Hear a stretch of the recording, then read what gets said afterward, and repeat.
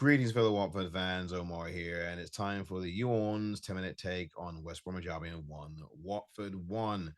A game that will soon be forgotten by Watford, but I think West Bromwich Albion fans will be haunted, as will Steve Bruce and his players, by their failure to absolutely destroy Watford on the score sheet tonight, because that's what West Brom did in all areas of the pitch except for where it really counted, the score sheet.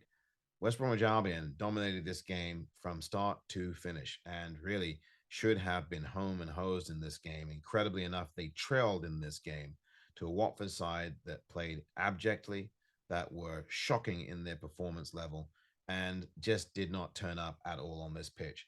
No one had a clue tonight except Daniel Bachman, who was single handedly the man of the match for Watford, despite the fact that Watford didn't win the match. If it wasn't for Bachman, we'd be talking about a 5-0 hiding here or a 5-1 hiding. It was just one of those nights where Watford just were not engaged.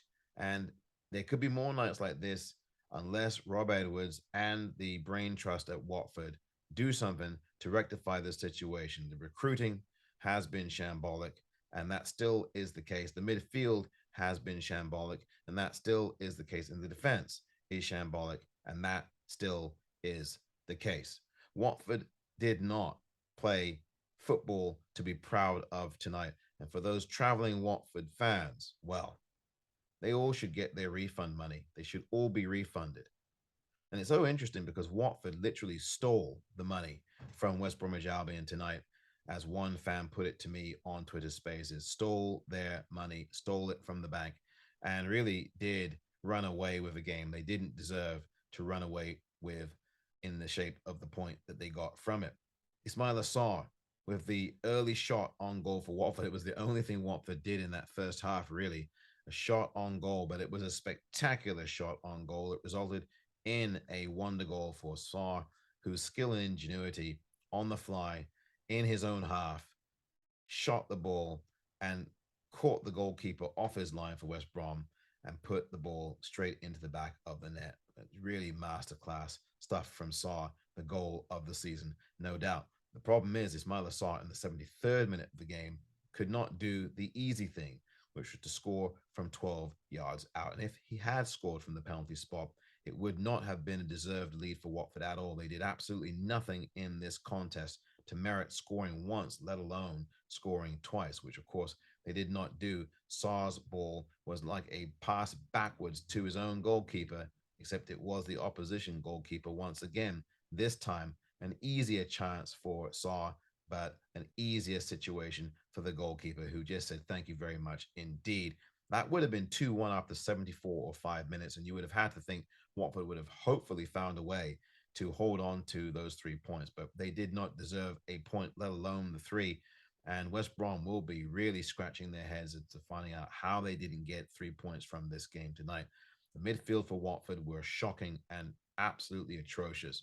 And Tom Cleverley, who is the club captain here for Watford, was very much invisible in this game. He was getting bullied off the ball. He was bulled off the ball very easily in this game. He just does not have that kind of stature that he used to have at Watford.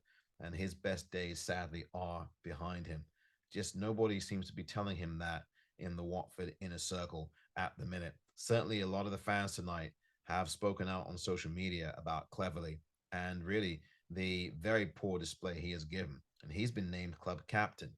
Now, that is an example I don't think that should be set for Watford now, because there needs to be a new leadership on the pitch, and there needs to be someone who's willing to get really stuck in. Cleverly is game for it.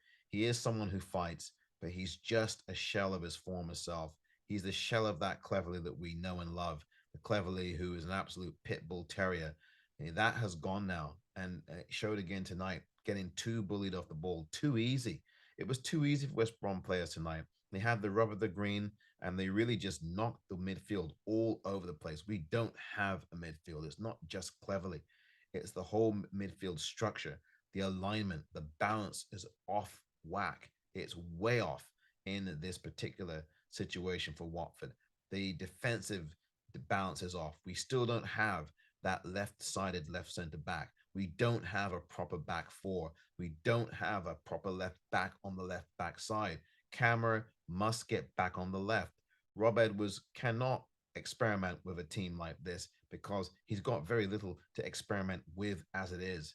There's no need to be adventurous with your defense. Put the people in the defensive structure and positions that they are good at. You had to have known if you've watched enough games from last season. Rob Edwards certainly watched at least two of them last season, and maybe more than that in the intervening off season. He had to know that Camera is his best option for left back. Camera was superb last season at left back. He was the player of the season for Watford Football Club in that position last season. And that's the season where we ended up getting relegated. Surely the thing to do is to keep him in that position as a solid, reliable left back. Tonight, Ken Sema was getting exposed. He didn't get help. He didn't get any kind of support. And you really needed to put Camera back on the left hand side instead of sticking him out on the right. I said last week after the win against Sheffield United that Camera's position on the right was being exposed because he's a left footed player. And if you put a left sided, left footed player on the right side like that, his crossing ability is going to be compromised. You need to put Camera on the left where he belongs. Sema, you can try to figure out where he can put him afterwards, but your best bet in that back four on the left side is got to be Camera. And on your right side, start Gaspar. Now, he put Gaspar in, did Edwards, late on in the game, at 75 minutes or so, whenever it was. But Gaspar didn't have enough of an impact in the game. He did okay, but he wasn't on the pitch for long enough. But incredibly enough, I don't know why. I have no idea why he didn't instead switch Camera over to the left and take Sema out of the game. Instead, he kept Sema in and took Camera off, which I think was not the best of substitutions. I don't think Rob Edwards had a good night substitutions wise tonight. There was a change he made that was enforced because of the injury to Sierralta, and that only further exposes how thin we are defensively as well. As I said, there is no left-footed left center back on this team. Samir is out the door. And now, with the very, very little money that Watford have to get players, they're going to have to try to do something here sensibly to get in a left-sided left center back. They're also going to have to do something about that midfield. They need to retool it because what you've got right now just is not working. The midfield battle is being won by these teams. Sheffield United were able to do some of that to a degree last week, and then tonight West Bromwich Albion absolutely just eviscerated what midfield we had. I mean, it was really that bad. And Dan Gosling should not be brought into a game in the 93rd minute. If you thought that he should have been brought in at all, he should have come in at half time.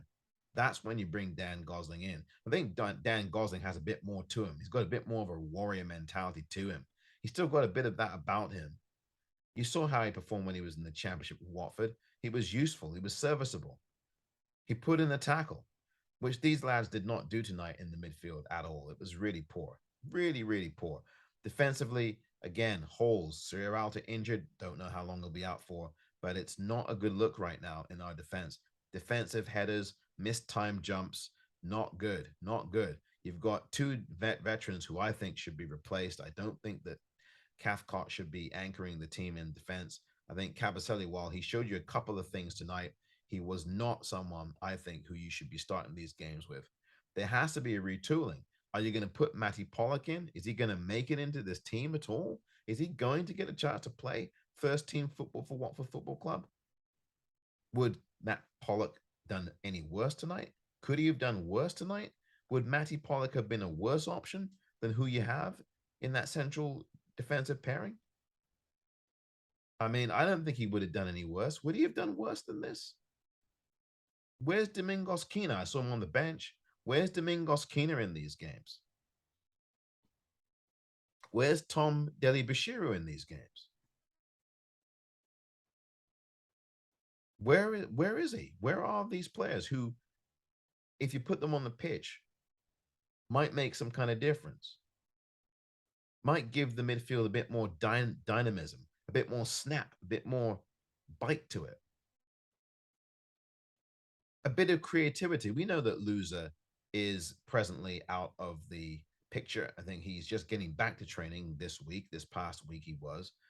We know he's still going to be probably a few games away from returning. But in the meantime, why not switch things up a bit in midfield? You've got players there healthy. Obviously, Domingos Quina was healthy. He was named to the bench. But where's Tom Deli Bashiru? Is he injured? Is he hurt? What's going on with him? I honestly don't know. Maybe Watford fans, you know. I don't know. But all I do know is this midfield's not working. And the defense isn't working. And when Dennis and Saar leave this club, which I expect that they will at some point, where does that leave us for strikers? We got Manai, didn't make much of an impact. He didn't have much time to. And where's Vakun Bio?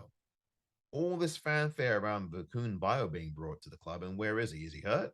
Is he injured? What's going on? If we only had to rely on, as we did tonight, Ismail Assar scoring from behind the halfway line to get us a goal, what does that say about us once Dennis and Saar leave? Where are the goals coming from? João Pedro really was not in this game for the most part tonight because he was working so hard trying to help out the midfield. I mean, he was way too deep. The midfield was very thin tonight, and we know that something's got to be done about that and fast. Something's got to be done about it. I don't know what they're going to do, but the board needs to pay attention to this. I'm sure they will, but this is a wake up call. This club was very lucky tonight to get a point. Very, very lucky tonight. Very fortunate. In the Premier League, this would have been a 6-0 hiding. And we are playing at present, at least on the back of tonight's performance, we are playing League Two football. That was a League Two performance tonight from Watford. And we can't afford to have that again this Friday against Burnley. This has been the YouOrns 10-minute take.